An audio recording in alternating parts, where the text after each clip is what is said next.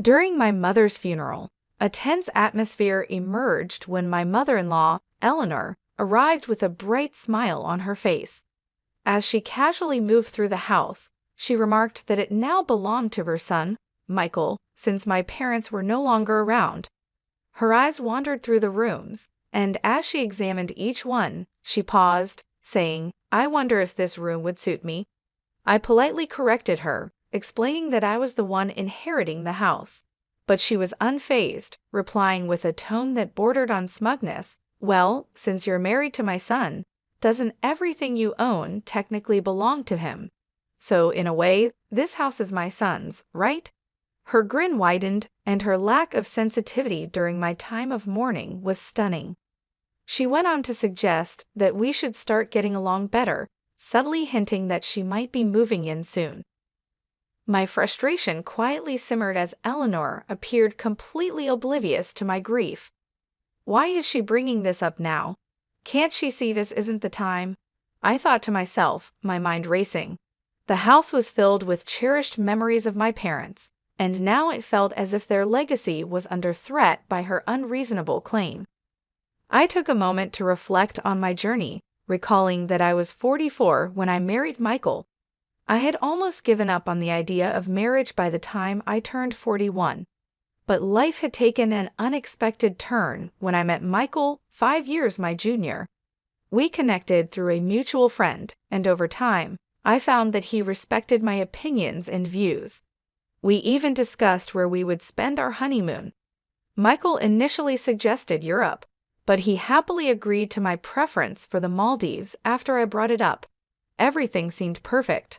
However, things took a complicated turn when Michael mentioned his mother's desire to live with us because of his father's declining health. I understood her situation, but we had agreed before marriage that we wouldn't live together with his parents. When I reminded him of this, he promised to talk to his mother and address the situation.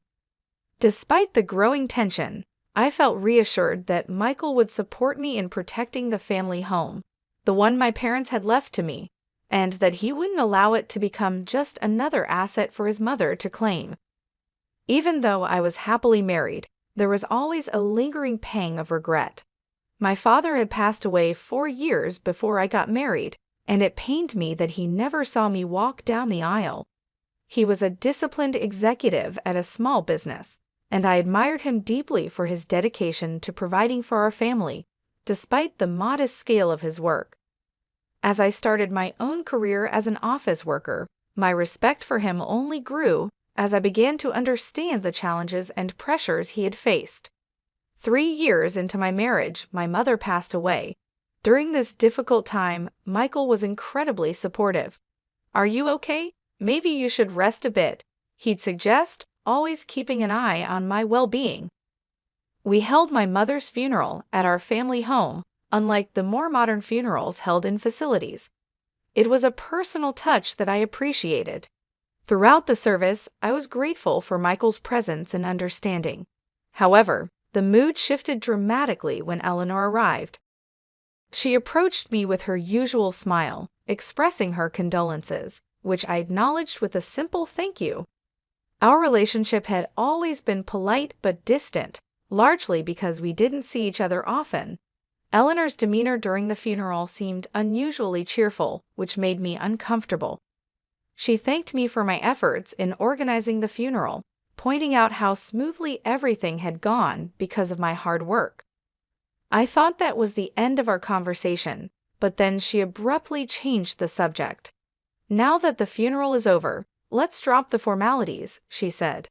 Her sudden shift in tone caught me off guard, and I realized her earlier kindness had been nothing more than a facade. She began to comment on how beautiful the house was, despite my protests that some areas were untidy. She waved off my concerns, saying, "Don't fuss over the details."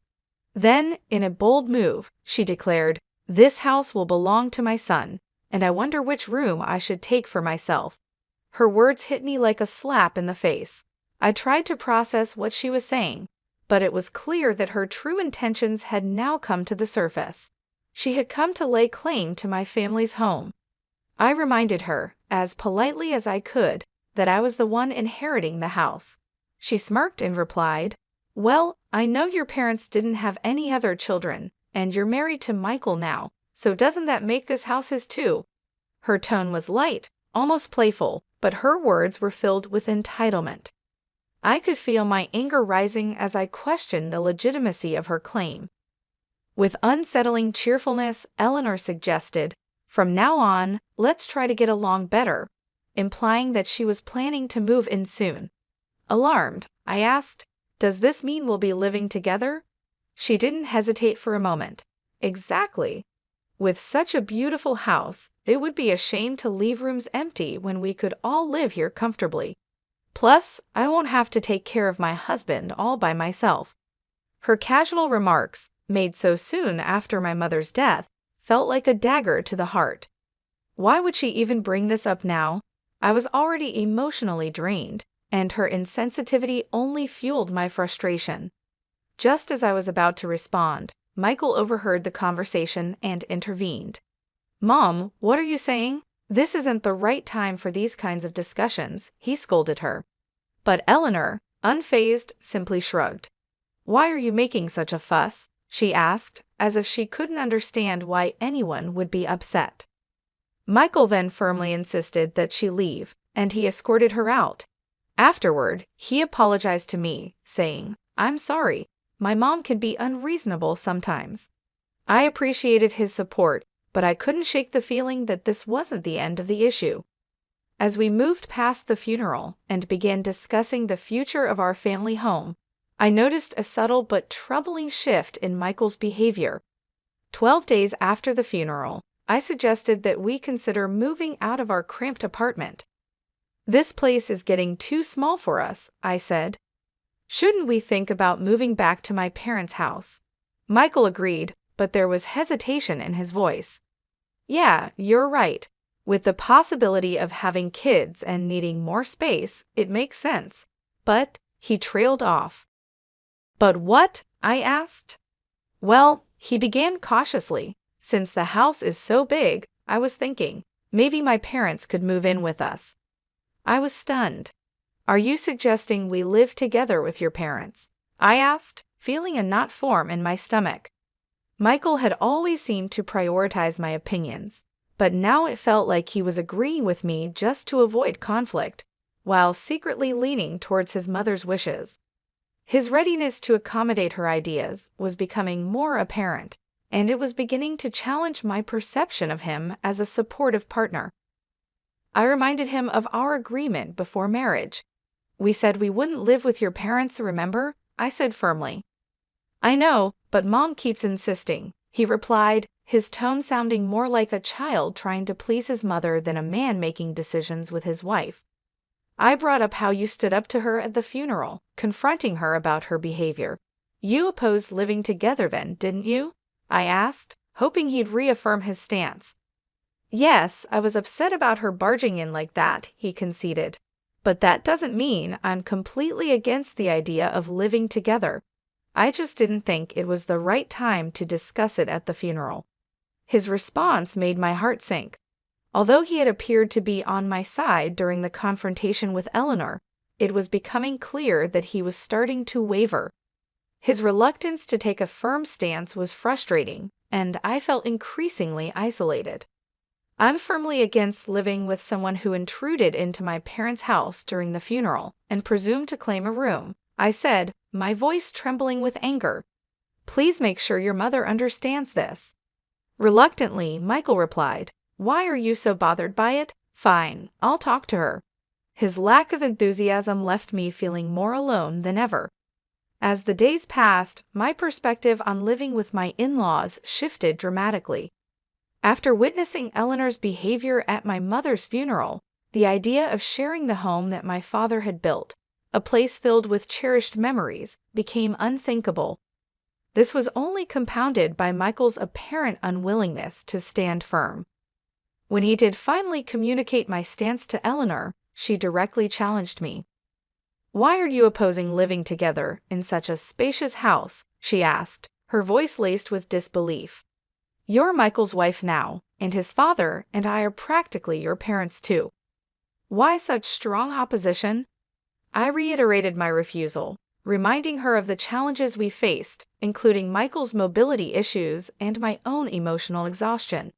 But she wasn't having it. She accused me of abandoning them, despite the practical reasons I had given. Though I felt sympathy for my father-in-law, Samuel, whose health was deteriorating, the thought of being overwhelmed with responsibilities loomed large in my mind. If cohabitation were ever to be considered, it would require a significant shift in both Michael's and Eleanor's attitudes toward my needs and boundaries. A few days later, something happened that pushed me over the edge. A few days later, I came home to find Michael rearranging the living room. Curious, I asked, "What are you doing? Is this for storing moving boxes?" Michael didn't look up. "No," he replied. "I'm making space for 2 beds here." My heart sank. The mention of 2 beds filled me with dread. "Are your parents coming to stay?" I asked cautiously, afraid of the answer I already suspected. "Not just to stay," he said matter-of-factly, "they're moving in today."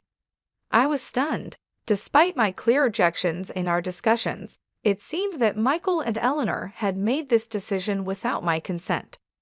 "Why is this happening?" I asked, my frustration and disbelief growing. Michael looked up from his task and explained, "Their lease is up, and instead of renewing it, we decided it'd be better if they moved here. It'll be cramped with 4 of us, but we're moving to your parents' house soon, right? Just bear with it for a little while." Distressed, I repeated, "That's not what I meant. Why is cohabitation even on the table?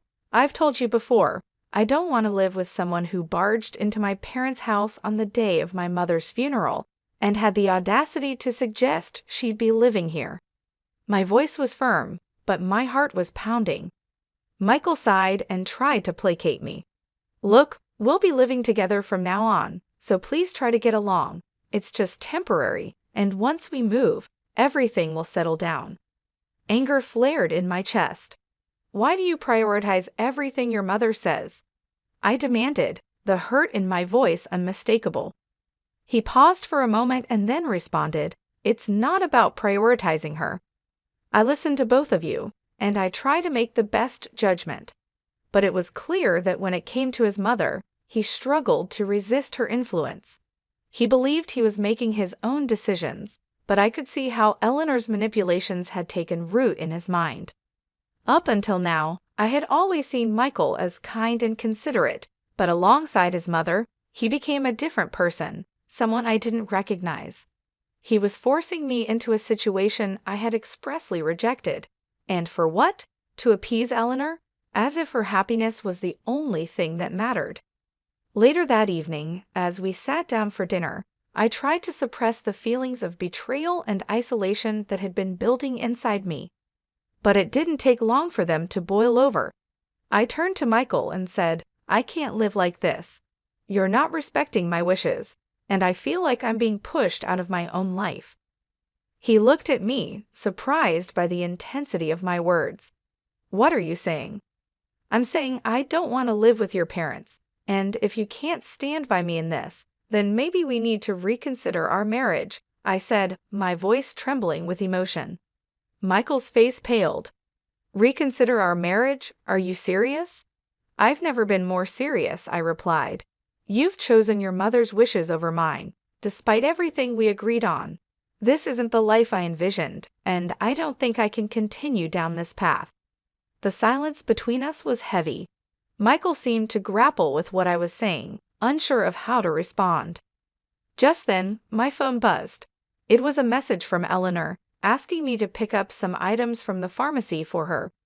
The nerve of it, asking me to run errands for her when she was about to force her way into my life. I ignored the message and turned back to Michael. "This has to stop," I said firmly. "I've made my decision." That night, after Michael had gone to bed, I sat alone, staring at the walls of our small apartment. I knew what I had to do to protect my peace of mind, to protect my parents' legacy. The next morning, I contacted a lawyer and began the process of renouncing my inheritance. If Eleanor wanted the house so badly, she wouldn't get it from me. I'd rather let it go entirely than let her stake any claim to it. The legal process wasn't easy, but I was determined. I officially renounced my inheritance and filed the necessary paperwork with the court. The house that had been filled with the love and warmth of my parents would not be sullied by Eleanor's greed or entitlement. When I told Michael about my decision, he was speechless. "You what?" he asked, his voice filled with disbelief. "I've renounced my inheritance," I repeated calmly. "The house is no longer mine." "Why would you do that?" he asked, incredulous. "You could have at least sold it." "I couldn't bear the thought of Eleanor living there," I replied simply. "It's better to let it go than to see her take over what my parents built." Michael's face drained of color. "But what about us?" "What about us?" I asked, my voice hardening. "You've made your choice, Michael. You chose your mother over me. This marriage, it's over." He sat down heavily, as if the weight of my words had finally hit him. "You're serious, aren't you?" "Yes," I said quietly. "I want a divorce." He didn't respond for a long time. Finally, he nodded. "If that's what you want." I stood up, feeling a strange sense of relief wash over me. "It is." The next few days were a whirlwind of legal proceedings. I filed for divorce and moved out of the apartment, taking only a few essentials with me. That night, I stayed in a budget hotel, knowing that the life I had built with Michael was coming to an end. I felt an overwhelming sense of freedom, but there was also a twinge of sadness for the love that had once existed between us. A few days after I had left, Eleanor called me in a fury. "What's going on? The house is supposed to be yours. Why did you renounce it?" "It's none of your concern anymore," I replied calmly. "You must have forged those documents. You deceived us?" she accused. "I didn't forge anything," I said, keeping my tone even. "I followed the legal process. I told you before, I didn't want you in that house, and now you won't be." Eleanor was livid. "You'll regret this. You've ruined everything." But I didn't regret it, not for a second. The house and the memories it held were safe from her. That was all that mattered to me.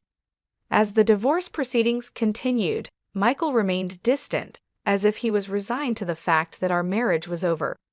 Eleanor's influence over him had driven a wedge between us that could never be repaired. In the end, we finalized the divorce, and I walked away from the life we had shared, knowing that I had made the right decision for myself. Michael and Eleanor moved into a smaller house, a far cry from the grand home she had hoped to take over. Their new reality was a bitter one, filled with the consequences of their actions. Meanwhile, I moved into a new chapter of my life, free from the weight of their expectations and the burdens they had tried to impose on me. As I settled into my new life, I felt the warmth of my parents' memory surrounding me. Though I no longer had the house, I had preserved their legacy in my heart. It was a new beginning, one filled with peace, reflection, and a renewed sense of self. Eleanor had tried to take everything from me, but in the end, I had won. I had my freedom, my dignity, and the knowledge that I had stood up for myself when it mattered most.